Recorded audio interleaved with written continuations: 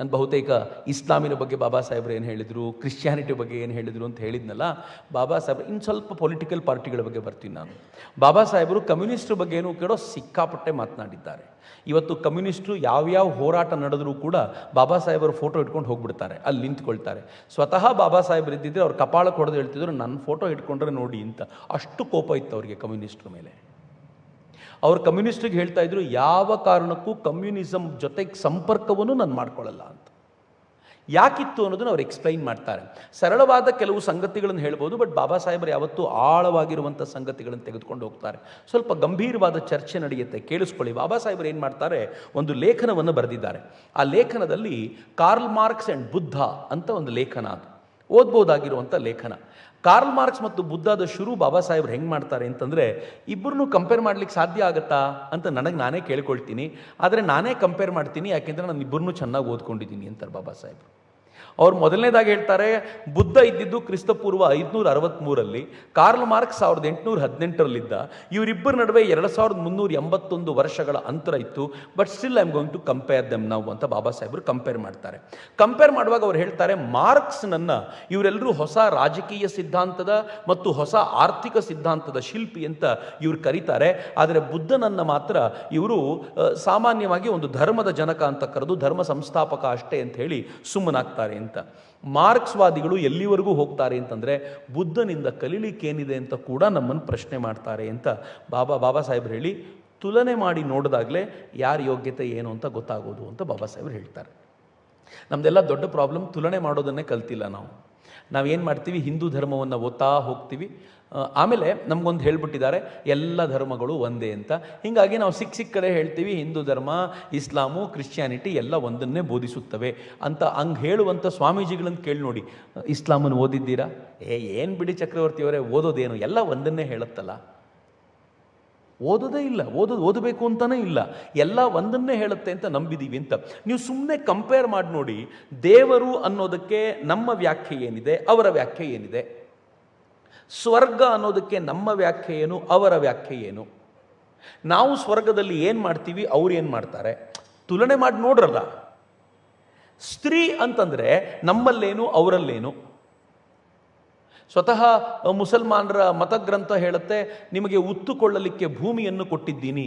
ಯಾರು? ಸ್ತ್ರೀ. ಎಷ್ಟು ಬೇಕಾದರೂ ಇಲ್ಲಿಂದ ಉತ್ತುಕೊಂಡು ಬೆಳೆಯನ್ನು ಪಡೆದುಕೊಳ್ಳಿ. ಏನರ್ಥ ಅದಕ್ಕೆ? ಯಾಕೆ ಎಷ್ಟಾದರೂ ಮಕ್ಕಳನ್ನು ಪಡಿಬೋದು ಅಂತ ಅವ್ರು ಹೇಳ್ತಾರೆ ಅಂತಂದರೆ, ವಿ ಹ್ಯಾವ್ ದ ಪರ್ಮಿಷನ್. ಪ್ರತಿ ಸೀಸನ್ಗೂ ಒಂದು ಬೆಳೆ ತೆಗೆದಂತೆ ನಾನು ಹೆಣ್ಮಗಳನ್ನು ಹೇಗೆ ಬೇಕಿದ್ರೂ ಬಳಸ್ಕೊಳ್ಬೋದು ಅಂತ ಅದು ಹೇಳುತ್ತೆ. ಬಟ್ ನಮ್ಮಲ್ಲಿ ಹೇಳುತ್ತಂಗೆ ಯಾವತ್ತಾದರೂ? ನಾನು ದುರ್ಗಾ ಸಪ್ತಶತಿ ಓದಬೇಕು ಅಂತಂದರೆ ಆ ಓದುವಾಗಲೇ ಆರಂಭದಲ್ಲೇ ಬರುತ್ತೆ, ಎಲ್ಲ ದೇವರುಗಳು ಇನ್ನು ಈ ರಾಕ್ಷಸನನ್ನು ಎದುರಿಸಲಿಕ್ಕೆ ನಮ್ಗೆ ತಾಕತ್ತಿಲ್ಲ ಅಂತಂದಾಗ ಒಬ್ಬ ದೇವಿಯ ಮೊರೆ ಹೋದು ಅಂತ. ಎಷ್ಟು ಚೆನ್ನಾಗಿದೆ ನೋಡಿ, ಇಲ್ಲಿ ದೇವಿಯ ಪರಿಕಲ್ಪನೆಯೇ ಅಗಾಧವಾಗಿರುವಂಥದ್ದು ಅಂತ. ಸೊ ಈ ವಿಸ್ತಾರವಾಗಿರುವಂಥ ಕಲ್ಪನೆ ನಮ್ಮ ಶುರುವಾಗುತ್ತೆ. ತುಲನೆ ಮಾಡಿ ನೋಡ್ರಲ್ಲ. ವಿವಾಹ ಅನ್ನೋದಕ್ಕೆ ಹಿಂದೂ ಧರ್ಮದಲ್ಲಿ ಏನಿದೆ, ವಿವಾಹ ಅನ್ನೋದಕ್ಕೆ ಇಸ್ಲಾಂನಲ್ಲಿ ಏನಿದೆ, ಕ್ರಿಶ್ಚಿಯಾನಿಟಿಯಲ್ಲಿ ಏನಿದೆ. ಯಾವಾಗ ಈ ತುಲನೆ ಮಾಡ್ತೀವೋ ನಮ್ಮ ಮುಂದಿನ ಪೀಳಿಗೆಯ ಮಕ್ಕಳಿಗೆ ಗೊತ್ತಾಗುತ್ತೆ ಯಾವ ಧರ್ಮದ ವಿಚಾರದ, ಯಾವ ಧರ್ಮದ ಸಂಗತಿಗಳು ಏನಿವೆ ಅಂತ. ಬಟ್ ತುಲನೆ ಮಾಡ್ಲಿಕ್ಕೆ ಬಿಡಲೇ ಇಲ್ಲ ನಾವು. ನೀವು ಯಾವತ್ತಾದರೂ ಧರ್ಮ ಯುದ್ಧ ಅಂತಂದರೆ ನಮ್ಮಲ್ಲೇನು ಅವರಲ್ಲೇನು ಅಂತ ಕೇಳಿ. ನಮ್ಮಲ್ಲಿ ಧರ್ಮಯುದ್ಧ ಅಂತಂದರೆ ರಾಕ್ಷಸಿ ವೃತ್ತಿಯನ್ನು ರೂಢಿಸಿಕೊಂಡಿದ್ದಂಥ ದುರ್ಯೋಧನನ ನಾಶ ಮಾಡಲಿಕ್ಕೋಸ್ಕರ ಕೃಷ್ಣ ಧರ್ಮಯುದ್ಧದ ಮಾತನಾಡ್ತಾನೆ. ಆ ಧರ್ಮಯುದ್ಧದ ಕುರಿತಂತೆ ಮಾತನಾಡುವಾಗ ಸಂಭವಾಮಿ ಯುಗೆ ಯುಗೆ ಅಂತ ತನಗೋಸ್ಕರ ಹೇಳ್ಕೊಳ್ತಾನೆ ಮತ್ತು ವಿಶ್ವರೂಪದ ದರ್ಶನ ಮಾಡಿ ಯುದ್ಧಕ್ಕಿಂತ ಮುಂಚೆ ಒಂದು ಅದ್ಭುತವಾಗಿರುವಂಥ ವೈಚಾರಿಕ ಸಂದೇಶವನ್ನು ಕೊಟ್ಟು ಯುದ್ಧಕ್ಕೆ ಕರ್ಕೊಂಡು ಹೋಗ್ತಾನೆ. ಆದರೆ ಇಲ್ಲಿ ಧರ್ಮಯುದ್ಧ ಏನು? ಕಂಪೇರ್ ಮಾಡಿ ನೋಡ್ರಲ್ಲ. ನಾನು ಕಂಪೇರ್ ಮಾಡ್ಲಿಕ್ಕೆ ನಿಂತಿಲ್ಲ.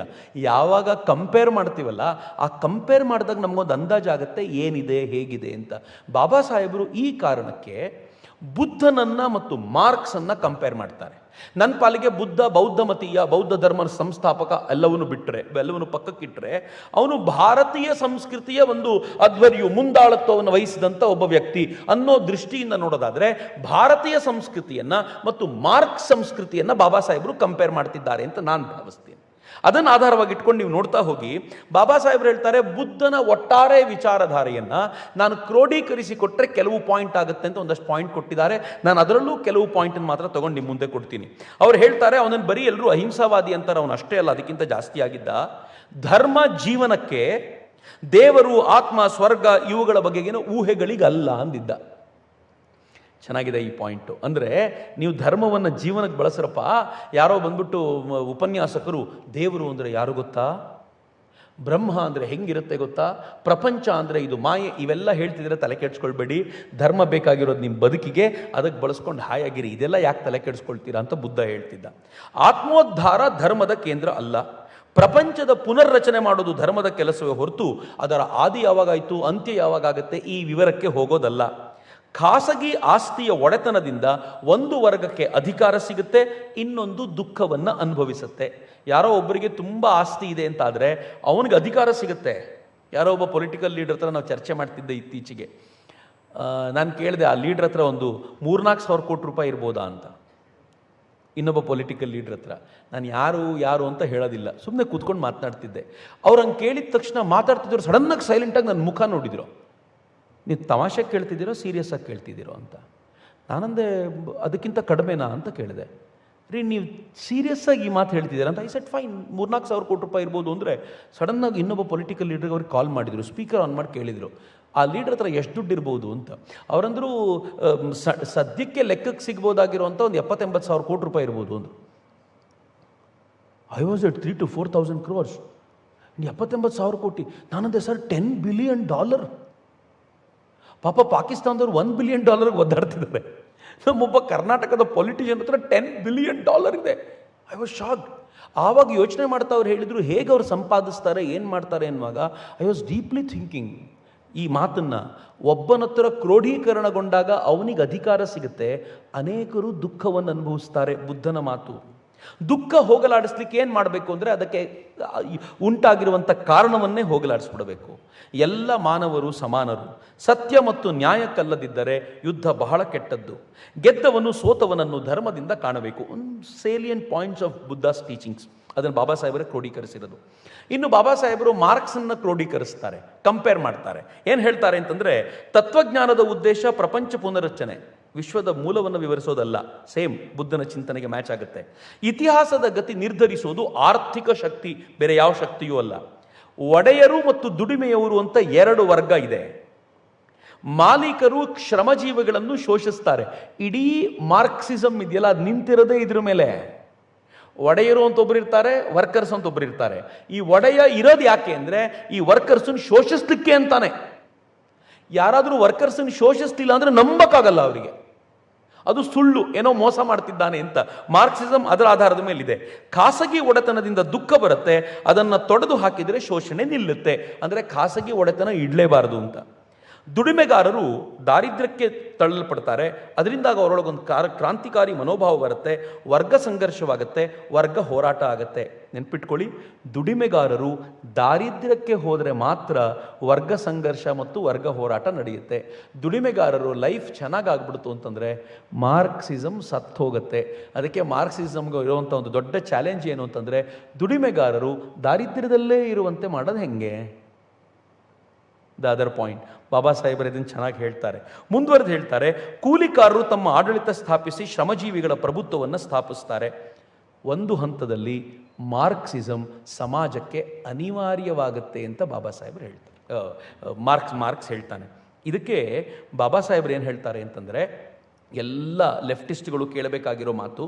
ಅವರು ಬಾಬಾ ಸಾಹೇಬರನ್ನು ಫೋಟೋ ಇಟ್ಕೊಂಡು ಪ್ರತಿಭಟನೆಗೆ ಬರುವಂಥವರೆಲ್ಲರೂ, ಮಾರ್ಕ್ಸ್ ಕಟ್ಟಿದ ವಿಚಾರಧಾರೆಯ ಸೌಧ ಇಂದು ಬಹುಪಾಲು ಛಿದ್ರವಾಗಿದೆ, ಯಾವುದೂ ಉಳ್ಕೊಂಡಿಲ್ಲ. ನನ್ನ ಸಮಾಜವಾದ ಅನಿವಾರ್ಯ ಎಂದ ಮಾರ್ಕ್ಸ್ನ ಮಾತು ಸಂಪೂರ್ಣ ಸುಳ್ಳಾಗಿದೆ. ಸಮಾಜವಾದದ ವೇದ ಗ್ರಂಥ ಎನಿಸಿದ ದಾಸ್ ಕ್ಯಾಪಿಟಲ್ ಅದು ಹುಟ್ಟಿ 70 ವರ್ಷಗಳ ನಂತರ ಮೊದಲ ಮಾರ್ಕ್ಸ್ ರಾಷ್ಟ್ರ ಸೃಷ್ಟಿಯಾಯಿತು. ಅದು ರಷ್ಯಾದ ಸ್ವರೂಪದಲ್ಲಿ ನಮ್ಗೆ ಗೊತ್ತಿದೆ. ಜಾರ್ನ ಆಡಳಿತವನ್ನು ಕಿತ್ತು ಬಿಸಾಕಿ ಲೆನಿನ್ ತನ್ನ ಆಡಳಿತವನ್ನು ತೆಗೆದುಕೊಂಡು ಬಂದ, ಶ್ರಮಜೀವಿಗಳ ಆಡಳಿತ ಅಂತಂದ. ಹಂಗಂದಾಗ ಬಾಬಾ ಸಾಹೇಬ್ ಹೇಳ್ತಾರೆ, ಅದು ಕೂಡ ಅನಿವಾರ್ಯವೆಂಬಂತೆ ಬರಲಿಲ್ಲ, ಸಹಜವಾಗಿ ಬರಲಿಲ್ಲ. ಅದಕ್ಕೋಸ್ಕರ ರಕ್ತಪಾತವಾಯಿತು, ಹಿಂಸಾಚಾರವಾಯಿತು, ಉದ್ದೇಶಪೂರ್ವಕವಾಗಿ ಗಲಾಟೆ ಮಾಡಿ ಅವನನ್ನು ಕಿತ್ತು ಬಿಸಾಕಿ ತರಬೇಕಾಗಿ ಬಂತು. ಆಗ ರಷ್ಯಾದಲ್ಲಿ ಈ ಥರದೊಂದು ಮಾರ್ಕ್ಸ್ನ ವಾದದ ಆಡಳಿತ ಬರಲಿಕ್ಕೆ ಸಾಧ್ಯ ಆಯಿತು ಅಂತ ಬಾಬಾ ಸಾಹೇಬರು ಮಾರ್ಕ್ಸ್ ವಾದದ ಬಗ್ಗೆ ಹೇಳ್ತಾರೆ. ಮುಂದುವರೆದು ಬಾಬಾ ಸಾಹೇಬ್ರು ಹೇಳ್ತಾರೆ ಅವನ ಅನೇಕ ವಾದದಲ್ಲಿ ಇವತ್ತು ಕೆಲವು ಮಾತ್ರ ಬಾಕಿ ಉಳ್ಕೊಂಡಿವೆ. ಮೊದಲನೇದು ತತ್ವಜ್ಞಾನದ ಉದ್ದೇಶ ಏನು ಅನ್ನೋದು, ಎರಡನೇದು ವರ್ಗಗಳ ನಡುವೆ ಸಂಘರ್ಷ ಇದೆ ಅನ್ನೋದು, ಮೂರನೇದು ಖಾಸಗಿ ಒಡೆತನವನ್ನು ನಾಶ ಮಾಡಬೇಕು ಅನ್ನೋದು, ಅದರಿಂದಾಗಿ ವರ್ಗ ಸಂಘರ್ಷ, ಅದನ್ನು ನಾಶ ಮಾಡಬೇಕು ಅನ್ನೋದು. ಈ ಒಂದು 3-4 ಸಂಗತಿಗಳು ಬಿಟ್ಟರೆ ಮಾರ್ಕ್ಸ್ ವಾದದಲ್ಲಿ ಯಾವುದೂ ಉಳ್ಕೊಂಡಿಲ್ಲ ಅಂತ. ಮಿತ್ರ, ಮಾರ್ಕ್ಸ್ ವಾದದ ಮಜಾ ಏನು ಅಂತಂದರೆ, ಬಾಬಾ ಸಾಹೇಬ್ರದನ್ನು ಚರ್ಚೆ ಮಾಡೋದಿಲ್ಲ, ಅವ್ರ ಕಾಲದಲ್ಲಿ ಆಗಿರಲಿಲ್ಲ, ಹೊಸ ರೂಪ ಪಡ್ಕೊಂಡು ಬರುತ್ತೆ. ಅವ್ರು ಮೊದಲೇನು ಹೇಳ್ತಿದ್ರು, ಒಬ್ಬ ಓನರ್ ಇರ್ತಾನೆ, ಕೆಲಸ ಮಾಡೋರು ಇರ್ತಾರೆ. ಓನರ್ ಇರೋದೇ ಕೆಲಸ ಮಾಡೋರನ್ನ ಶೋಷಿಸಲಿಕ್ಕೆ. ಈ ಕೆಲಸ ಮಾಡೋರನ್ನ ನಾವು ಸಂಘಟನೆ ಮಾಡಿ ಈ ಓನರ್ಗಳ ವಿರುದ್ಧ ನಾವು ಪ್ರತಿಭಟನೆ ಮಾಡಿಸಿ ಶ್ರಮಿಕ ವರ್ಗದವರ ಸರ್ಕಾರವನ್ನು ಆಡಳಿತವನ್ನು ತರಬೇಕು ಅಂತ. ಆದರೆ ಅದು ಫೇಲ್ ಆಯ್ತಲ್ಲ, ಏನು ಮಾಡಬೇಕು ಅಂತ ಗೊತ್ತಾಗಲಿಲ್ಲ ಅವರಿಗೆ. ಆಗ ಅವ್ರು ಏನು ಮಾಡಿದ್ರು ಗೊತ್ತಾ, ಸಂಸ್ಕೃತಿಯನ್ನು ಯಾರು ಆಚರಣೆ ಮಾಡ್ತಾರೋ ಅವರು ಉಳಿದವರನ್ನು ಶೋಷಿಸ್ತಾರೆ. ಈ ಸಂಸ್ಕೃತಿಯನ್ನು ಆಚರಣೆ ಮಾಡೋರು ಶೋಷಿಸೋದ್ರಿಂದ ಸಂಸ್ಕೃತಿಯ ಆಚರಣೆ ಮಾಡೋರನ್ನೆಲ್ಲ ನಾಶ ಮಾಡಬೇಕು. ಸಂಸ್ಕೃತಿಯ ಆಚರಣೆ ಮಾಡೋರನ್ನ ನಾಶ ಮಾಡಬೇಕು ಅಂದರೆ ಏನು ಮಾಡಬೇಕು ಅಂದರೆ ಸಂಸ್ಕೃತಿಯನ್ನೇ ಇಲ್ಲವಾಗಿಸಬೇಕು ಅಂತ. ಭಾಳ ಡೇಂಜರಸ್. ಇವತ್ತು ನಾವು ಕಾಲೇಜಿಗೆ ನಮ್ಮ ಮಕ್ಕಳನ್ನು ಕಳಿಸ್ತೀವಿ, ಎಷ್ಟು ಜನ ಭಾರತೀಯ ಸಂಸ್ಕೃತಿಯಿಂದ ದೂರವಾಗ್ತಾರೆ ಅಂತ ಇಮ್ಯಾಜಿನ್ ಮಾಡಲಿಕ್ಕಾಗೋದಿಲ್ಲ ನಮಗೆ. ಡೊನಾಲ್ಡ್ ಟ್ರಂಪ್ ಬಂದ ಮೇಲೆ ಒಂದು ಒಳಿತು ಏನಾಯಿತು ಅಂತಂದರೆ, ಜಗತ್ತಿನಲ್ಲಿ ಈ ಮಾರ್ಕ್ಸಿಸ್ಟ್ಗಳ ಅಥವಾ ಲೆಫ್ಟಿಸ್ಟ್ ಲಿಬರಲ್ಸ್ಗಳ ಒಂದು ದೊಡ್ಡ ಪ್ರಾಪಗೆಂಡ ಇತ್ತಲ್ಲ. ಅವ್ರು ಏನು ಹೇಳ್ತಿದ್ರು ಅಂತಂದರೆ, ಈ LGBTQ ಸಿದ್ಧಾಂತವನ್ನು ತರಬೇಕು ಅಂತ. ಬೈಡನ್ ಇದ್ದಾಗ ಎಲ್ಲಿವರೆಗೂ ಇತ್ತು ಅಂತಂದರೆ, I had thought at one point of time, ಇನ್ನೊಂದು 4-5 ವರ್ಷಗಳಲ್ಲಿ ಭಾರತದಲ್ಲಿ LGBTQಗಳ ದೊಡ್ಡ ಇದು ಸಿಕ್ಬಿಡುತ್ತೆ ಅಂತ ಅಂದ್ಕೊಳ್ತಿದ್ದೆ. ಏನು ರಸ್ತೆಗಳಲ್ಲಿ ಗಂಡು ಮಕ್ಕಳು ಹೆಣ್ಣು ಮಕ್ಕಳ ವೇಷ ಹಾಕೊಂಡು ತಿರುಗಾಡೋದು, ಅವರು ಕಾಮನ ಬಿಲ್ಲಿನ ಬ್ಯಾಡ್ಜನ್ನು ಹಾಕೊಂಡು ತಿರುಗಾಡೋದೇನು. ಪ್ರತಿ ಕರ್ನಾಟಕದ ಬೆಂಗಳೂರಿನ ಪ್ರತಿಯೊಂದು ಸಾಫ್ಟ್ವೇರ್ ಕಂಪನಿಯು ವರ್ಷಕ್ಕೆ ಇಷ್ಟು LGBTQ ಪ್ರೋಗ್ರಾಮ್ ಮಾಡಬೇಕು ಅಂತ ನಿಶ್ಚಯ ಆಗಿಬಿಟ್ಟಿತ್ತು. ಸೊ ದಟ್ ನಾನು LGBTQ ಅಂತ ಹೇಳ್ಕೊಳ್ಳೋದಕ್ಕೆ ಯಾರೂ ಅನುಮಾನ ಪಡಬೇಕಾಗಿಲ್ಲ ಅಂತ. ಭಾರತದಲ್ಲಿ ಒಬ್ಬ ಜಡ್ಜ್ ಎಲ್ಲಿವರೆಗೂ ಹೋಗಿ ಹೇಳ್ಬಿಟ್ಟಿದ್ರು ಅಂತಂದರೆ, ಲಿಂಗ ಅನ್ನೋದು ಅಥವಾ ನಾನು ಪುರುಷನೋ ಸ್ತ್ರೀ ಅನ್ನೋದು ಅದು ನನ್ನ ಮನೋಭಾವಕ್ಕೆ ಸಂಬಂಧಿಸಿದ್ದು ಅಂತ. ಪರಿಚಯ ಮಾಡ್ಕೊಳ್ಳುವಾಗ ಎಲ್ಲಿವರೆಗೂ ಮಾಡ್ತಿದ್ರು ಗೊತ್ತಾ? ಥ್ಯಾಂಕ್ ಗಾಡ್, ಈಗ ಇದ್ದಕ್ಕಿದ್ದಂತೆ ಅಮೆರಿಕ ಅಧ್ಯಕ್ಷ ಚೇಂಜ್ ಆದ ನಂತರ ಅವೆಲ್ಲ ಥಾಟ್ಸ್ ಚೇಂಜ್ ಆಗಿದೆ. ಪರಿಚಯ ಮಾಡ್ಕೊಳ್ಳುವಾಗ ಹೆಂಗೆ ಮಾಡ್ತಿದ್ರು ಅಂತಂದರೆ, aunty I am Preethi, today I am boy, ಹಂಗೆ ಹೇಳ್ಕೋಬೋದಿತ್ತು ಅಂತ. ನಾನು ಅವಾಗೆಲ್ಲ ತಮಾಷೆ ಮಾಡ್ತಿದ್ದೆ, ಇದರ ಲಾಭ ಕರ್ನಾಟಕದಲ್ಲಿ ಮತ್ತು ತೆಲಂಗಾಣದಲ್ಲಿ ಮಾತ್ರ. ನಾವು ಬಸ್ ಹತ್ಬಿಟ್ಟು ನಾನು ಚಕ್ರವರ್ತಿ, ಟುಡೇ ಐ ಆಮ್ ಗರ್ಲ್ ಅಂತ ಹೇಳಿದ್ರೆ ನನಗೆ ಟಿಕೆಟ್ ಫ್ರೀ ಆಗಬೇಕಿತ್ತು ಅಷ್ಟೇ, ಇನ್ನೆಲ್ಲೂ ಲಾಭ ಇರಲಿಲ್ಲ ಆಯಿತು. ಆದರೆ ಇದು ವ್ಯವಸ್ಥಿತವಾಗಿ ಹೇಗೆ ಮಾಡಿಬಿಟ್ಟಿದ್ರು ಅಂತಂದರೆ, ಅದನ್ನು ವ್ಯವಸ್ಥಿತವಾಗಿ ಒಂದು ಸಂಚಾಗಿ ರೂಪಿಸಿದ್ರು. ಒಂದಿಡೀ ಸಂಸ್ಕೃತಿಯನ್ನು ಧ್ವಂಸಗೊಳಿಸುವಂಥ ಪ್ರಯತ್ನವಾಗಿತ್ತು. ಇದು ಮಾರ್ಕ್ಸ್ನ ಹೊಸ ಸ್ವರೂಪ. ಯಾವಾಗಲೂ ಮಾರ್ಕ್ಸ್ ವಾದದ ಹೊಸ ಸ್ವರೂಪ ಬರುತ್ತೆ. ಇದಕ್ಕೆ ಬಾಬಾ ಸಾಹೇಬರು ಉತ್ತರ ಹೆಂಗೆ ಕೊಡ್ತಾರೆ ಅಂತಂದರೆ, ಬುದ್ಧನನ್ನು ಮಧ್ಯಕ್ಕೆ ತರ್ತಾರೆ. ಬುದ್ಧನ ಹತ್ರ ಪೊಟ್ಟಪಾದ ಅಂತ ಒಬ್ಬ ಬರ್ತಾನೆ, ಒಬ್ಬ ಬ್ರಾಹ್ಮಣ ಬಂದು ಪ್ರಶ್ನೆ ಕೇಳ್ತಾನೆ. ಪ್ರಶ್ನೆಗಳು ಚೆನ್ನಾಗಿವೆ, ಸಿಂಪಲ್ ಆಗಿರೋ ಪ್ರಶ್ನೆ. ಪ್ರಪಂಚ ಶಾಶ್ವತನ?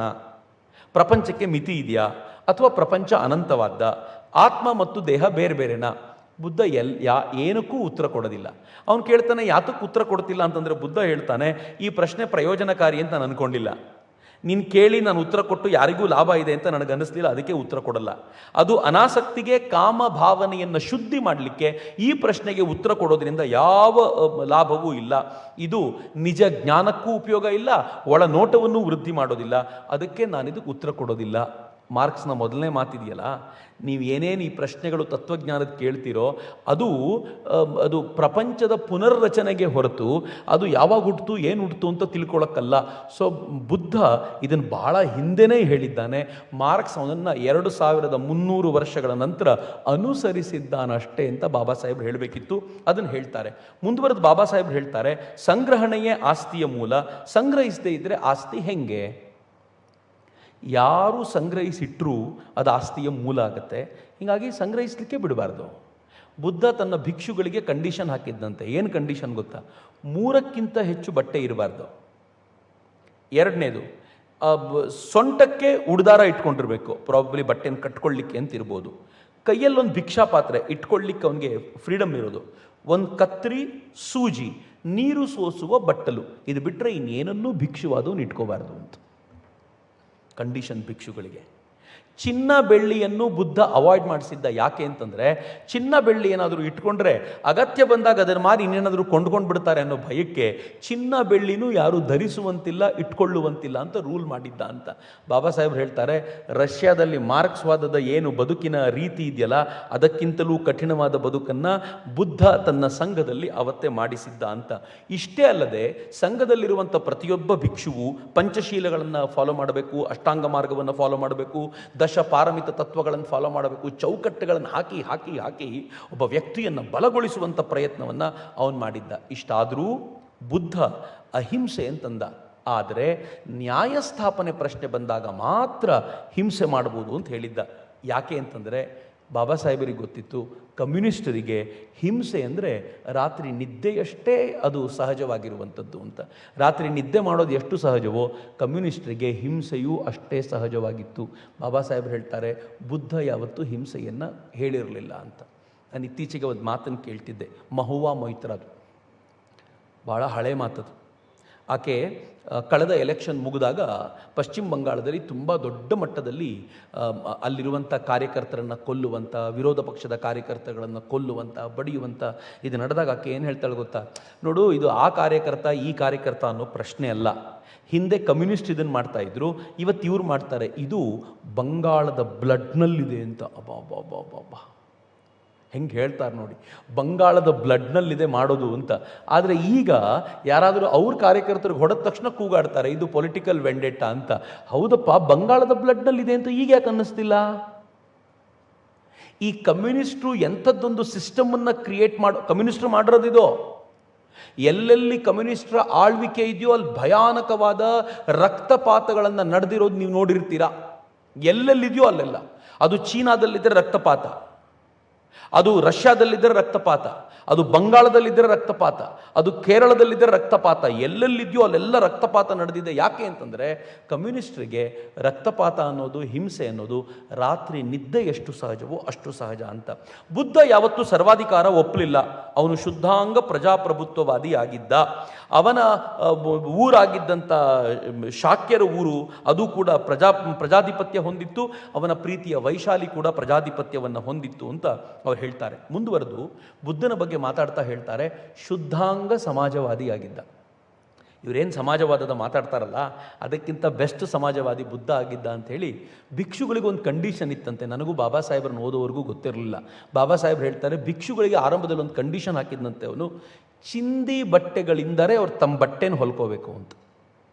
ಪೀಸ್ ಪೀಸ್ ಪೀಸ್ ಪೀಸ್ ಬಟ್ಟೆ ಸಿಗುತ್ತಲ್ಲ, ಅದನ್ನು ಹೊಲ್ಕೊಂಡು ತಮಗೆ ಬೇಕಾಗಿರೋ ಬಟ್ಟೆ ಮಾಡ್ಕೊಂಡು ಅದನ್ನು ಸುತ್ಕೊಂಡು ಹೋಗಬೇಕು ಅಂತ ಕಂಡೀಷನ್. ಸ್ವತಃ ಬುದ್ಧನೂ ಚಿಂದಿ ಬಟ್ಟೆಗಳಿಂದಲೇ ತನಗೆ ಬೇಕಾಗಿರುವಂಥ ಬಟ್ಟೆಯನ್ನು ಮಾಡ್ಕೋತಿದ್ದ. ಯಾಕೆ ಅಂತ ಕೇಳಿದರೆ, ಸಿರಿವಂತರು ಇದಕ್ಕೆ ಈ ಸಂಘದೊಳಗೆ ಬಂದು ಇದನ್ನು ಹಾಳು ಮಾಡಬಹುದು ಎನ್ನುವಂಥ ಭಾವದಿಂದ ಯಾರೇ ಬರಬೇಕಾದರೂ ಈ ಭಾವದಿಂದ ಬರಬೇಕು ಅಂತ ವ್ಯವಸ್ಥೆ ಮಾಡಿದ್ದ ಅಂತ. ಜೀವಕ ಎನ್ನುವಂಥ ಒಬ್ಬ ಮಹಾವೈದ್ಯ ಅವನೇನು ಮಾಡಿದ, ಒಂದು ಸಲ ಬುದ್ಧನಿಗೆ ಒಂದು ಒಳ್ಳೆಯ ಬಟ್ಟೆಯನ್ನು ಕೊಟ್ಟು ದಯವಿಟ್ಟು ಇದನ್ನು ಹಾಕ್ಕೊಂಡಾಗ ಆಗ ಬುದ್ಧ ಎಲ್ಲರಿಗೂ ರಿಲೀಸ್ ಮಾಡ್ದ. ಎಲ್ಲರೂ ಈಗ ಒಳ್ಳೆ ಬಟ್ಟೆ ಹಾಕ್ಕೋಬೋದು ಅಂದ್ರೆ, ತಾನು ಹಾಕ್ಕೋಬೋದಾದರೆ ಎಲ್ಲರೂ ಹಾಕ್ಕೋಬೋದು, ಯಾರಿಗೂ ಹಾಕ್ಕೊಳ್ಳೋ ಸಿದ್ಧತೆ ಇಲ್ಲ ಅಂದರೆ ತಾನೂ ಹಾಕ್ಕೊಳ್ಳುವಂತಿಲ್ಲ ಅಂತ ಬುದ್ಧನ ವಾಕ್ಯ ಇದು. ಇದಾದ ನಂತರ ಬುದ್ಧನಿಗೆ ಒಂದು ಸಲ ಜ್ವರ ಬಂದಂತಾಯ್ತಂತೆ, ಹುಷಾರಿರಲಿಲ್ಲ ಅಂತ. ಬುದ್ಧನ ತಾಯಿ ಅದೇ ಸಂಘದಲ್ಲಿದ್ಲು. ಅವಳು ತನ್ನ ಮಗನಿಗೆ ಈ ಥರ ಪ್ರಾಬ್ಲಮ್ ಆಗಿದೆ ಅಂತ ಗೊತ್ತಾದಾಗ ತಾನೇ ಒಂದು ಸುಂದರವಾದ ಶಲ್ಯವನ್ನು ರೆಡಿ ಮಾಡಿ ಅದನ್ನು ಬುದ್ಧನಿಗೆ ತೊಗೊಂಡೋಗಿ ಕೊಟ್ಲಂತೆ, ಇದು ಹಾಕ್ಕೋ ನೀನು, ನಿನಗೆ ಶೀತ ಎಲ್ಲ ಆಗಿರೋದು ಕಡಿಮೆ ಆಗ್ಬೋದು ಅಂತ. ಬುದ್ಧ ಹೇಳಿದ್ದಂತೆ, ನೀನು ನನಗೆ ಕೊಡ್ತಾ ಇರೋದು ಉಡುಗೊರೆಯ? ಈ ಉಡುಗೊರೆ ಅಂತ ನೀನು ನನಗೆ ಕೊಟ್ಟರೆ ಇದು ನನ್ನೊಬ್ಬನಿಗಲ್ಲ, ಇಡೀ ಸಂಘಕ್ಕೆ ಸೇರಬೇಕಾಗಿದೆ ಅಂತ ಬುದ್ಧನ ಮಾತು. ಸೊ ಹೀಗಾಗಿ ಆ ಥರದ ಒಂದು ಸಮಾಜವಾದದ ಸಿದ್ಧಾಂತವನ್ನು ಬುದ್ಧ ಇಟ್ಕೊಂಡಿದ್ದ ಅಂತ ಬಾಬಾ ಸಾಹೇಬರು ಕಮ್ಯುನಿಸ್ಟರ ಕುರಿತಂತೆ ಮಾತಾಡ್ತಾರೆ. ಬಟ್ ಇಂಟ್ರೆಸ್ಟಿಂಗ್ಲಿ ಏನು ಗೊತ್ತಾ, ಇದು ಬುದ್ಧನ ಅಂತಲ್ಲ, ಈ ದೇಶದಲ್ಲಿದ್ದಂಥ ಅನೇಕ ಮಹಾನ್ ವ್ಯಕ್ತಿಗಳು ಬದುಕಿದ್ದೇ ಹೀಗೆ. ಬುದ್ಧ ಆದರೂ ವಿರಾಗಿಯಾಗಿ ಎಲ್ಲವನ್ನು ಬಿಟ್ಟು ಹೋಗಿದ್ದ. ಸುಮ್ಮನೆ ಚಾಣಕ್ಯನನ್ನು ಇಮ್ಯಾಜಿನ್ ಮಾಡ್ಕೊಳ್ಳಿ.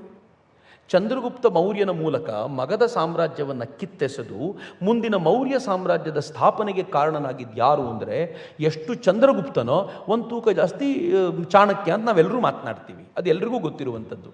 ಸ್ವತಃ ಚಂದ್ರಗುಪ್ತ ಚಾಣಕ್ಯನಿಗೆ ಕೇಳಿಕೊಂಡ, ಅರಮನೆಯಲ್ಲೇ ಒಂದು ಜಾಗದಲ್ಲಿ ನೀವಿರಿಯಲ್ಲ, ಎಷ್ಟು ಚೆನ್ನಾಗಿತ್ತು, ಅರಮನೆಯಲ್ಲಿ ಆರಾಮಾಗಿರ್ಬೋದಿತ್ತು.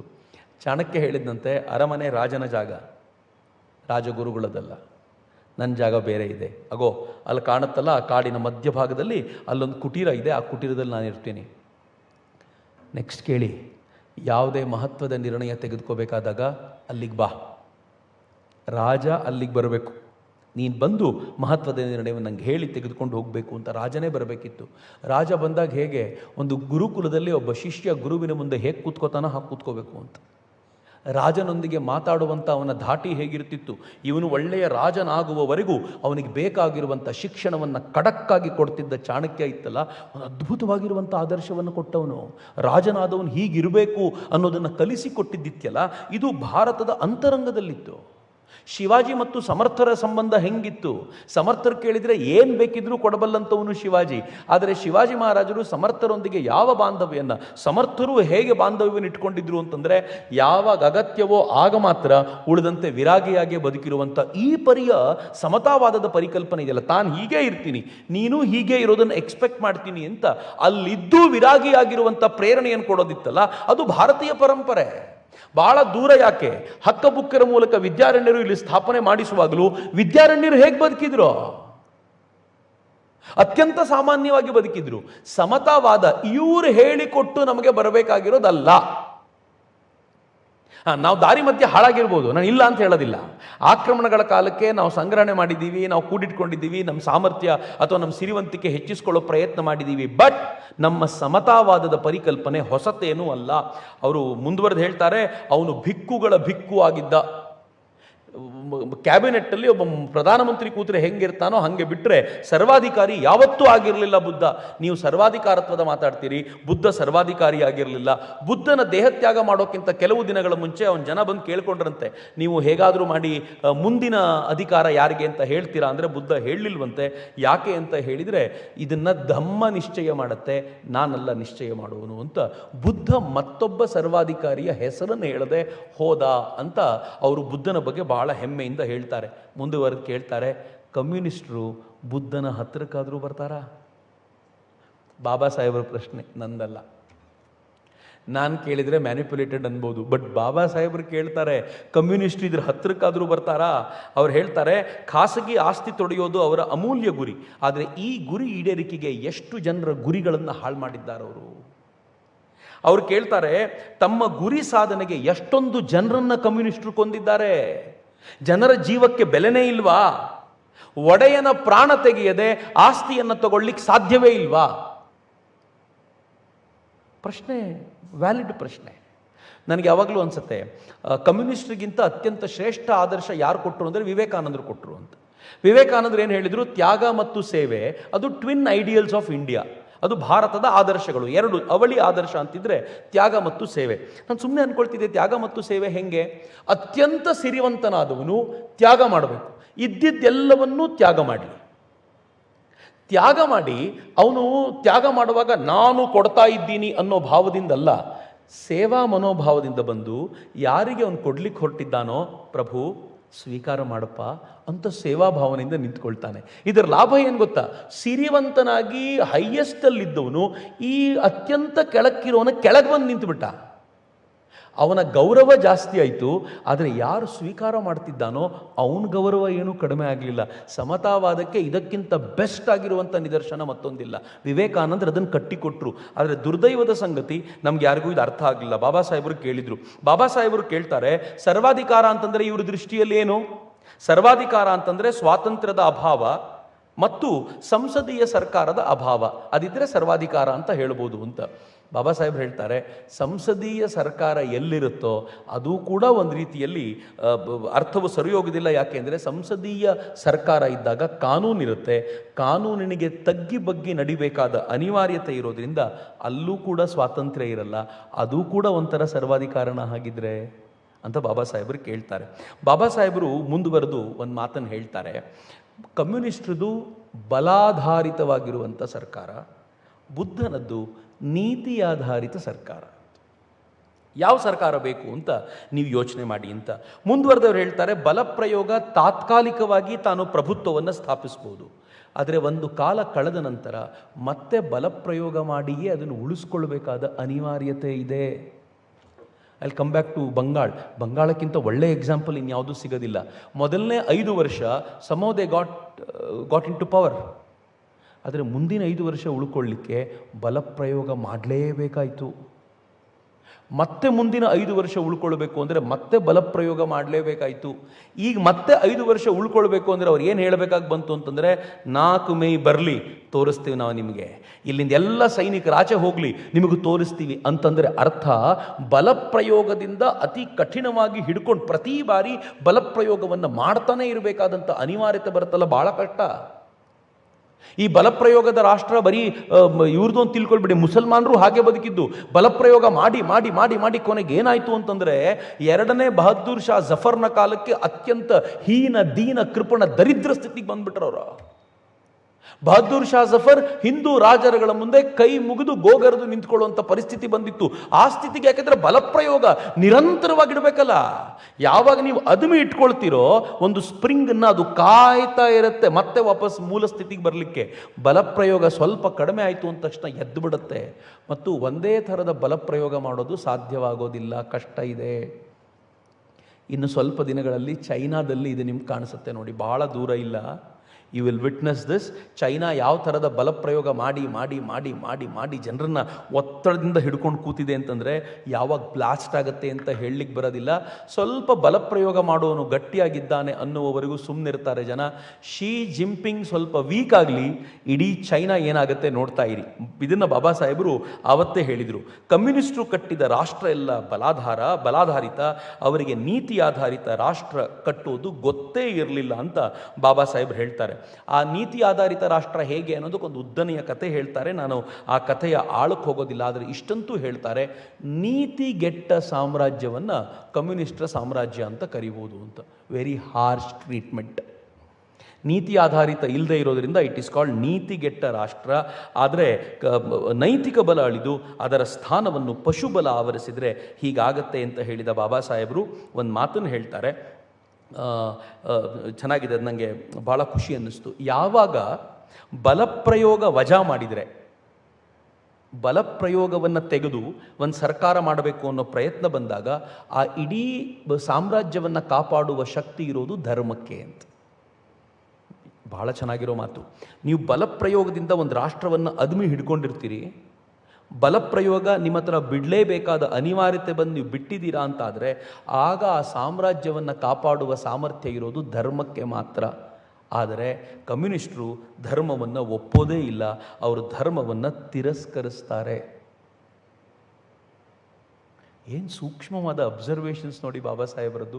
ಪ್ರತಿ ಬಾರಿ ಬಾಬಾ ಸಾಹೇಬರನ್ನ ನೀವು ಓದುವಾಗ ತಿಳ್ಕೊಳ್ಳುವಾಗ ನಿಮಗೊಂದು ಹೊಸ ಲೋಕಕ್ಕೆ ಬಾಬಾ ಸಾಹೇಬರು ಕರ್ಕೊಂಡು ಹೋಗ್ತಾರೆ. ಅವ್ರು ಮುಂದುವರೆದು ಹೇಳ್ತಾರೆ, ಎಲ್ಲೋ ಒಂದು ಹಂತದಲ್ಲಿ ಇದು ಸತ್ಯವೂ ಆಗ್ಬೋದು. ಏನು ಸತ್ಯ ಆಗ್ಬೋದು ಅಂತಂದರೆ ಸರ್ವಾಧಿಕಾರದಿಂದ ಒಳ್ಳೆಯದಾಗ್ಬೋದು. ಕರೆಕ್ಟ್. ಸರ್ವಾಧಿಕಾರ ಆಗಿ ಏನು ಮಾಡಬೇಕು, ತಾನು ಒಳ್ಳೆಯದನ್ನು ಮಾಡ್ತಾ ಪ್ರಜಾಪ್ರಭುತ್ವವಾಗಿರುವಂಥ ಒಂದು ಸಾಮ್ರಾಜ್ಯ ಬರಲಿಕ್ಕೆ ಅವಕಾಶ ಮಾಡಿಕೊಟ್ಟು ತಾನು ಎಕ್ಸಿಸ್ಟೆನ್ಸಲ್ಲಿ ಇರಬಾರ್ದು, ಕಳೆದು ಹೋಗ್ಬಿಡಬೇಕು. ಇದು ಯಾವತ್ತೂ ಹಿಂದೆ ತೋರಿಸಿರ್ಲಿಲ್ವಾ? ಅವ್ರು ಹೇಳ್ತಾರೆ, ಅಶೋಕ ತೋರಿಸಿದಾನಲ್ಲ. ಅಶೋಕ ಕಳಿಂಗದ ಮೇಲೆ ಯುದ್ಧಕ್ಕೆ ಹೋದ, ಯುದ್ಧ ಮಾಡಿದ ನಂತರ ಅಲ್ಲಿನ ಜನರನ್ನ ಸೋಲಿಸಿದ, ರಕ್ತಪಾತವಾಯಿತು, ನಾಶವಾಯಿತು.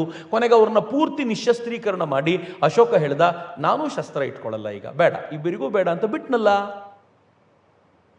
ಈ ಥರ ಸರ್ವಾಧಿಕಾರತ್ವ ಒಳಿತನ್ನು ಕ್ರಿಯೇಟ್ ಮಾಡಿದ ಮೇಲೆ it has to cease to exist, ಇರಲೇಬಾರ್ದು. ಹಂಗೆ ಮಾಡ್ಲಿಕ್ಕಾಗೋದಿಲ್ವಾ? ಅದು ಅವರ ಹತ್ರ ಸಾಧ್ಯ ಆಗೋದಿಲ್ಲ ಅಂತ ಹಂಗಂದು ಬಾಬಾ ಸಾಹೇಬ್ರು ಹೇಳಿದರು. ಬುದ್ಧ ಸಂಘದೊಳಗೆ ಸರ್ವಾಧಿಕಾರತ್ವವನ್ನು ತೆಗೆದು ಅವನು ಪ್ರೀತಿಯಿಂದಲೇ ಬಲಪ್ರಯೋಗವಿಲ್ಲದೆ ನೀತಿಯುಕ್ತವಾಗಿರುವಂಥ ಒಂದು ಸಂಘವನ್ನು ಅತ್ಯಂತ ಸುಂದರವಾಗಿ ಬುದ್ಧ ಕಟ್ಟಿದ ಅಂತ ಬಾಬಾ ಸಾಹೇಬರು ಹೇಳ್ತಾರೆ. ಅದಕ್ಕೆ ಅವರು ಸ್ಕಾಟಿಷ್ನ ಒಬ್ಬ ಹಿಸ್ಟಾರಿಯನ್ ಮಾತನ್ನು ಉಲ್ಲೇಖ ಮಾಡ್ತಾರೆ. ಕಾರ್ಲೈಲ್ ಹೇಳ್ತಾನೆ, ಈ ಆರ್ಥಿಕ ಸಿದ್ಧಾಂತಗಳೆಲ್ಲ ಏನಿವೆಯೋ ಇವೆಲ್ಲ ಹಂದಿ ಸಿದ್ಧಾಂತ ಅಂತ ಹೇಳ್ತಾನೆ. ಇವರೆಲ್ಲ ಏನು ಆರ್ಥಿಕ ಸಿದ್ಧಾಂತ ಪ್ರೊಡ್ಯೂಸ್ ಮಾಡಿದ್ದಾರೋ ಇದು ಹಂದಿ ಸಿದ್ಧಾಂತ ಅಂತ ಹೇಳ್ತಾನೆ. ಬಾಬಾ ಸಾಹೇಬ್ ಹೇಳ್ತಾರೆ, ಸರಿ ಇಲ್ಲ, ಜನಕ್ಕೆ ಊಟ ಬಟ್ಟೆಗೂ ಬೇಕು, ಹೀಗಾಗಿ ಆರ್ಥಿಕ ಸಿದ್ಧಾಂತ ಬೇಕು. ಆದರೆ ಕಮ್ಯುನಿಸ್ಟ್ರದು ಇದಕ್ಕಿಂತ ಕಡಿಮೆ ಹಂದಿ ಸಿದ್ಧಾಂತ ಏನಲ್ಲ ಅಂತ ಬಾಬಾ ಸಾಹೇಬ್ರು ಹೇಳೋ ಮಾತು. ಕಮ್ಯುನಿಸ್ಟ್ರ ಪಾಲಿಗೆ ಜನ ಅಂದರೆ ಹಂದಿಗಳಂತೆ, ಅವ್ರು ಹಾಗೆ ಭಾವಿಸ್ತಾರೆ. ಹೇಗೆ ಹಂದಿಗಳನ್ನು ಕೊಬ್ಬಿಸ್ತಾರೋ ಇವರು ಕೂಡ ಜನರನ್ನು ಕೊಬ್ಬಿಸುವ ಪ್ರಯತ್ನದಲ್ಲಿ ನಿರತವಾಗ್ತಾರೆ ಅಂತ ಬಾಬಾ ಸಾಹೇಬರು ಹೇಳಿ ಕೊನೆಗೆ ಹೇಳ್ತಾರೆ, ಸೋದರತ್ವ, ಸ್ವಾತಂತ್ರ್ಯ, ಸಮಾನತೆ ಈ ಮೂರೂ ಕೂಡ ಮನುಷ್ಯನ ಒಳ್ಳೆಯ ಬದುಕಿಗೆ ಬೇಕು. ಸೋದರತ್ವ, ಸ್ವಾತಂತ್ರ್ಯ, ಸಮಾನತೆ. ಆದರೆ ಹೇಳ್ತಾರೆ ಕಮ್ಯುನಿಸಮ್ ಮೂರಲ್ಲಿ ಯಾವುದಾದ್ರೂ ಒಂದನ್ನು ಕೊಡಬಲ್ಲದು, ಧರ್ಮ ಮಾತ್ರ ಮೂರನ್ನೂ ಕೊಡಬಲ್ಲದ್ದು. ಅದಕ್ಕೋಸ್ಕರವೇ ರಷ್ಯಾದ ಜನ ಅವರು ಕಮ್ಯುನಿಸಮ್ನ ಒಪ್ಪಿಕೊಳ್ಳೋ ಬದಲು ಬುದ್ಧನನ್ನು ಒಪ್ಪಿಕೊಂಡಿದ್ದರೆ ಸುದೀರ್ಘ ಕಾಲ ಚೆನ್ನಾಗಿರ್ತಾರೆ ಅಂತ ಬಾಬಾ ಸಾಹೇಬರು ತಮ್ಮ ಲೇಖನವನ್ನು ಮುಗಿಸ್ತಾರೆ. ನಾನು ಅದನ್ನು ಕ್ವಿಕ್ಕಾಗಿ ಹೇಳಿದ್ದೀನಿ. ಆ ಲೇಖನ ಏನು ಆಳಕ್ಕೆ ಕರ್ಕೊಂಡು ಹೋಗುತ್ತೆ ಅಂತಂದರೆ, ಇಡೀ ಕಮ್ಯುನಿಸಮ್ನ ಬಾಬಾ ಸಾಹೇಬರು ಡೈಸೆಕ್ಟ್ ಮಾಡ್ತಾ ಹೋಗ್ತಾರೆ, ಎಲ್ಲೆಲ್ಲಿ ಏನೇನು ಪ್ರಾಬ್ಲಮ್ ಇದೆ ಅಂತ. ಹಾಗಂತ ಬಾಬಾ ಸಾಹೇಬರಿಗೆ ಕಮ್ಯುನಿಸಮ್ ತೀರಾ ಹೊಸತಾಗಿರುವಂಥದ್ದು ಏನು ಅಂತ ತಿಳ್ಕೊಳ್ಬೇಡಿ. ಬಾಬಾ ಸಾಹೇಬರಿಗೆ ಕಮ್ಯುನಿಸ್ಟ್ ಜೊತೆಗೆ ವಿರೋಧ ಹೆಂಗಿತ್ತು ಅಂತಂದರೆ, ಒಬ್ಬ ಕಮ್ಯುನಿಸ್ಟ್ ಲೀಡರ್ ಡಾಂಗೆ ಬಾಬಾ ಸಾಹೇಬರು ಎಲೆಕ್ಷನ್ಗೆ ನಿಂತಾಗ ಬಾಬಾ ಸಾಹೇಬರನ್ನು ಚುನಾವಣೆಯಲ್ಲಿ ಸೋಲಿಸ್ಲಿಕ್ಕೋಸ್ಕರ ತಮ್ಮ ಕಮ್ಯುನಿಸ್ಟ್ ದಲಿತರು ಯಾರಿದ್ದಾರೋ ಅವ್ರಿಗೆ ಹೇಳಿದ್ದ, ನೀವು ಬಾಬಾ ಸಾಹೇಬರಿಗೆ ಯಾವ ಕಾರಣಕ್ಕೂ ವೋಟ್ ಮಾಡಬಾರದು, 2 ವೋಟ್ ಹಾಕೋ ಅವಕಾಶ ಇರ್ತಿತ್ತು, ಪ್ರಾಶಸ್ತ್ಯದ ಮತಗಳು ನಂಬರ್ 1 ನಂಬರ್ 2 ಅಂತ. ನಂಬರ್ 2 ಅಂತ ಹಾಕಲೇಬೇಕಾಗಿತ್ತು. ನೀವು ಬಾಬಾ ಸಾಹೇಬರಿಗೆ ಹಾಕೋದ್ರಿಂದ ಈ ಮತಪತ್ರ ವೇಸ್ಟ್ ಆಗುತ್ತೆ, ಹಾಕದೇ ಇದ್ದರೆ ಮತಪತ್ರ ವೇಸ್ಟ್ ಆಗುತ್ತೆ ಅಂತಂದರೆ ವೇಸ್ಟ್ ಬೇಕಿದ್ದರೂ ಮಾಡಿ, ಬಾಬಾ ಸಾಹೇಬರಿಗೆ ಮಾತ್ರ ವೋಟ್ ಮಾಡಬೇಡಿ ಅಂತ. ಕಮ್ಯುನಿಸ್ಟ್ರು ಇವತ್ತು ನೀವು ನೋಡ್ಬಿಟ್ರೆ ಏನು ಬಾಬಾ ಸಾಹೇಬರನ್ನ ತಲೆ ಮೇಲೆ ಇಟ್ಕೊಂಡು ತಿರುಗಾಡ್ತಾರೆ. ಅವ್ರನ್ನ ಸೋಲಿಸಿದ್ದೇ ಇವರು. ಬಾಬಾ ಸಾಹೇಬರಿಗೆ ಬೇರೆ ಯಾರೋ ಮಾಡಿದ ಸಣ್ಣ ದೋಷವನ್ನು 108 ಬಾರಿ 1008 ಬಾರಿ ಪುನರುಚ್ಚರಿಸೋ ಈ ಜನ 1952ರಲ್ಲಿ ಇದೇ ಕಮ್ಯುನಿಸ್ಟ್ ಲೀಡರ್ ಡಾಂಗೆ ಬಾಬಾ ಸಾಹೇಬರನ್ನ ಚುನಾವಣೆಯಲ್ಲಿ ಸೋಲಿಸಿದ್ದ ಅನ್ನೋದನ್ನು ಯಾಕೆ ಮಾತಾಡೋದಿಲ್ಲ ಯಾರು? ಚುನಾವಣೆಯಲ್ಲಿ ಸೋಲಿಸಿದ ನಂತರ 1952ನಲ್ಲಿ ಬಾಬಾ ಸಾಹೇಬರು ಎಷ್ಟು ವೀಕ್ ಆಗಿಬಿಟ್ರು ಗೊತ್ತಾ? ಬಾಬಾ ಸಾಹೇಬರ ಪತ್ನಿ ಸವಿತಾ ಅಂಬೇಡ್ಕರ್ ಹೇಳ್ತಾರಲ್ಲ, ನಾನು ಅವರನ್ನು ಇಂಥ ಆರೋಗ್ಯ ಸ್ಥಿತಿಯಲ್ಲೂ ಎಷ್ಟು ಕಷ್ಟಪಟ್ಟು ಕಾಪಾಡ್ಕೊಂಡು ಬಂದಿದ್ದೆ, ಒಂದು ಚುನಾವಣೆಯ ಸೋಲು ನನ್ನ 8-10 ವರ್ಷಗಳ ದೀರ್ಘ ಸಾಧನೆಯನ್ನು ನುಚ್ಚು ನೂರು ಮಾಡಿಬಿಡ್ತು ಅಂತ ಬಾಬಾ ಸಾಹೇಬರು ಅಪ್ಸೆಟ್ ಆಗಿಬಿಟ್ರು. ನಮ್ಮ ಜನ ಹಿಂಗೆ ಮಾಡ್ತಾರ, ನಾನು ಇವರಿಗೋಸ್ಕರ ಇಷ್ಟೆಲ್ಲ ಕೆಲಸ ಮಾಡಿದ್ದೀನಿ ಅಂತ. ಬಟ್ ಅವ್ರಿಗೆ ಗೊತ್ತಿತ್ತು ಇದರ ಹಿಂದೆ ಇರೋಂಥವ್ರು ಯಾರು ಅಂದರೆ ಜವಾಹರ್ಲಾಲ್ ನೆಹರು ಮತ್ತು ಇದೇ ಕಮ್ಯುನಿಸ್ಟ್ ಲೀಡರ್ಗಳು ಅಂತ. ಮತ್ತು ಈ ಕಮ್ಯುನಿಸ್ಟ್ ಲೀಡರ್ಗಳ ಜೊತೆ ಸಾಮಾನ್ಯವಾದ ಗಲಾಟೆ ಅಲ್ಲ.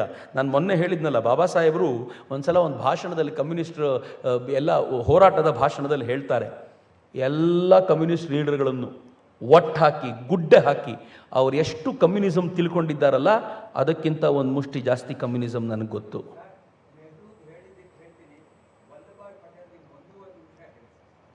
ಬಾಬಾ ಸಾಹೇಬರು ಅದನ್ನು ಹೇಳ್ತಾರೆ. ಯಾವ ಥರ ಬಾಬಾ ಸಾಹೇಬರು ಹೇಳ್ತಾರೆ ಅಂತಂದರೆ, ಅವರು ಆ ಕಮ್ಯುನಿಸಮ್ನ ಆ ಸಿದ್ಧಾಂತವನ್ನು ತಮ್ಮ ಮುಂದೆ ತೆಗೆದುಕೊಳ್ಳುವಂಥ ಈ ಪ್ರಯತ್ನ ಹಂಗಿತ್ತು ಬಾಬಾ ಸಾಹೇಬರದು. ಬಾಬಾ ಸಾಹೇಬರು ಕಮ್ಯುನಿಸ್ಟ್ರಿಗೆ ಅವರು ಚರ್ಚೆ ಮಾಡುವಾಗ ತಮ್ಮ ಭಾಷಣದಲ್ಲಿ ಎಲ್ಲಿವರೆಗೂ ಆಗಿತ್ತು ಅಂತಂದರೆ, ಕಮ್ಯುನಿಸ್ಟ್ರಿಗೆ ಒಂದು ಹಂತದಲ್ಲಿ ಅನಿಸಿತ್ತು ಅವ್ರಿಗೆ ಒಳಗಡೆ ನಡುಕ ಆಗ್ತಿತ್ತಂತೆ ಬಾಬಾ ಸಾಹೇಬರ ಭಾಷಣ ಕೇಳಿದರೆ. ಈತ ಈ ಪೀಸೆಂಟ್ಸ್ಗಳಂದರೆ ರೈತರ, ಜಮೀನು ರಹಿತರ ಮತ್ತು ಕಾರ್ಮಿಕರ ಲೀಡರ್ ಆಗಿ ಎತ್ತರಕ್ಕೆ ಬೆಳೆದು ಬಿಟ್ಟರೆ ನಮ್ಮ ಗತಿ ಏನಪ್ಪ ಅಂತ ಅವರಿಗೆ ಅನ್ನಿಸ್ತಿತ್ತು. ಬಾಬಾ ಸಾಹೇಬರು ಕಾರ್ಮಿಕರನ್ನು ಜೊತೆಗೆ ತೆಗೆದುಕೊಂಡು ಒಂದು ಸಂಘಟನೆ ಕಟ್ಟಿದ್ದಿದೆಯಲ್ಲ ಮಿತ್ರರೆ, ಭಾರತದ ಒಬ್ಬ ಅದ್ಭುತವಾದ ಲೇಬರ್ ಲೀಡರ್ ಆಗಿ ಮುಂದಕ್ಕೆ ಬಂದವರು ಬಾಬಾ ಸಾಹೇಬರು. ಆದರೆ ಲೇಬರ್ ಲೀಡರ್ಗಳ ವಿಚಾರ ಬಂದಾಗ ಬಾಬಾ ಸಾಹೇಬರ ಹೆಸರೇ ಹೇಳಲ್ಲ ಯಾರು. ರೈತರು ದೂರದಿಂದ ಬಂದು ಬಾಬಾ ಸಾಹೇಬರ ನೇತೃತ್ವದಲ್ಲಿ ಮಾರ್ಚ್ ಮಾಡ್ಕೊಂಡು ಹೋಗ್ತಾ ಇದ್ರು. ಮಾರ್ಚ್ ಮಾಡ್ಕೊಂಡು ಹೋಗಿ ಬಾಬಾ ಸಾಹೇಬರ ಬಿಲ್ಲನ್ನು ಸರ್ಕಾರ ಎಕ್ಸೆಪ್ಟ್ ಮಾಡಬೇಕು ಅಂತ ಕೂಗಾಡ್ತಾ ಇದ್ರು, ಬಾಬಾ ಸಾಹೇಬರ ಜೊತೆಗೆ ನಿಲ್ತಿದ್ರು. ನಾನೊಂದು ಘಟನೆ ಹೇಳಿದ್ರೆ ನಿಮ್ಗೆ ಆಶ್ಚರ್ಯ ಆಗುತ್ತೆ. ಮುಂಬೈನಲ್ಲಿ ಗಿರಣಿ ವರ್ಕರ್ಸು ಸ್ಟ್ರೈಕಿಗೆ ಹೋಗಿದ್ರು. ಸ್ಟ್ರೈಕಿಗೆ ಹೋದಾಗ ಎಷ್ಟು ದಿನದಿಂದ? 6 ತಿಂಗಳಿಂದ ಸ್ಟ್ರೈಕು. 3 ಮಿಷಿನ್ಗಳು ಬಂದಿತ್ತು ಆ ಗಿರಣಿ ಮಿಲ್ಗೆ. ಆ ಮಿಷಿನ್ಗಳಲ್ಲಿ 3 ಮಿಷಿನ್ಗಳಲ್ಲಿ ವರ್ಕ್ ಮಾಡಬೇಕು ಅಂತ ಹೇಳಿದ್ದಕ್ಕೆ ಈ ಸಿಕ್ಕಿದ ಚಾನ್ಸನ್ನು ಬಳಸ್ಕೊಂಡು ಈ ಕಮ್ಯುನಿಸ್ಟರು ಭಡಕಾಯಿಸಿ ಸ್ಟ್ರೈಕಿಗೆ ಕರ್ಕೊಂಡು ಹೋಗ್ಬಿಟ್ರು.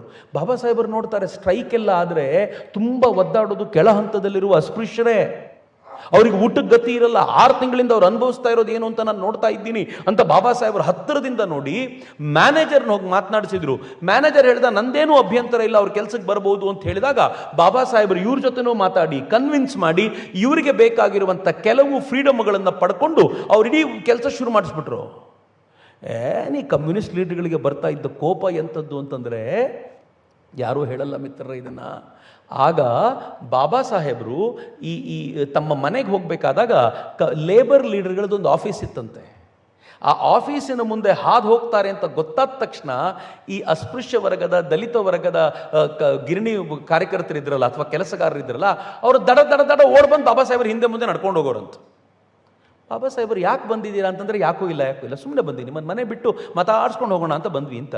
ಬಾಬಾ ಸಾಹೇಬರಿಗೆ ಒಂದ್ಸಲ ಗೊತ್ತಾಯಿತು, ಈ ಆಫೀಸ್ ಎದುರುಗಡೆ ಬಂದ ತಕ್ಷಣ ಓಡಬರ್ತಾರೆ ಎಲ್ಲರೂ ಅಂತ. ಯಾಕೆ ಅಂತಂದರೆ ಕಮ್ಯುನಿಸ್ಟರು ಬಾಬಾ ಸಾಹೇಬರಿಗೆ ಹೊಡಿಬಹುದು ಅನ್ನುವಂಥ ಹೆದರಿಕೆ ಅವತ್ತಿನ ದಲಿತರು ಮತ್ತು ಅಸ್ಪೃಶ್ಯ ವರ್ಗಕ್ಕಿತ್ತು. ಬಾಬಾ ಸಾಹೇಬರು ಒಂದಿನ ಗದರದು ಹಾಗೇನೂ ಆಗೋದಿಲ್ಲ ಅಂತಂದರು. ಇವ್ರು ಹ್ಞೂ ಅಂದ್ಕೊಂಡ್ರು, ಆದರೆ ಬಾಬಾ ಸಾಹೇಬರ ಜೊತೆಗೇ ಇರ್ತಿದ್ರು. ಯಾಕೆಂದರೆ ಇವ್ರು ಇಷ್ಟು ಡೇಂಜರು ಅಂತ. ಮಿತ್ರರೆ, ಕಮ್ಯುನಿಸ್ಟ್ ಇದ್ದಾರಲ್ಲ ಬಹಳ ಡೇಂಜರು. ಆ ಡೇಂಜರ್ ಎಂಥದ್ದು ಅಂತ ಬಾಬಾ ಸಾಹೇಬರಿಗೆ ಚೆನ್ನಾಗಿ ಅರಿವಾಗಿತ್ತು. ಹೀಗಾಗಿ ಬಾಬಾ ಸಾಹೇಬರು ಒಂದು ಹೋರಾಟದಲ್ಲಿ ಒಂದು ದಿನದ ಮುಷ್ಕರ, ಆ ಒಂದು ದಿನದ ಮುಷ್ಕರದಲ್ಲಿ ಎಲ್ಲ ಲೀಡರ್ಗಳು ಸೇರಿಕೊಂಡಿದ್ರು.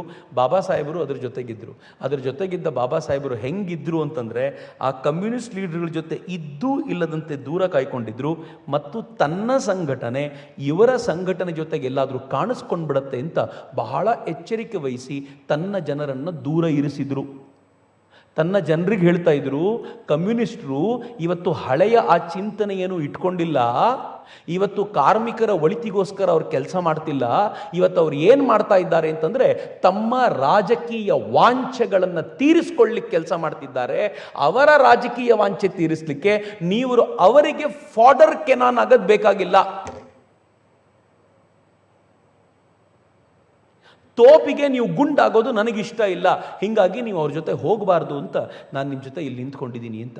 ಅವರೊಂದ್ಸಲ ರೈತರ ಜೊತೆ ಮಾತನಾಡ್ತಾ ಹೇಳ್ತಾರೆ, ನೀವು ಜಾತಿ ಮತ ಪಂಥಗಳನ್ನು ಮರೆತು ಸಂಘಟನೆ ಕಟ್ಟಿ ನಿಮಗೆ ಬೇಕಾಗಿರುವ ಸಮರ್ಥ ಲೀಡರ್ನ ನೋಡಿದರೆ ಗೊತ್ತಾಗುತ್ತಲ್ಲ ಇವ್ನು ಲೀಡರು ಅಂತ, ಅಂಥವನನ್ನು ಆರಿಸ್ಕೊಳ್ಳಿ. ಯಾಕೆ ಇವರಿಂದ ಹೋಗ್ತೀರಾ?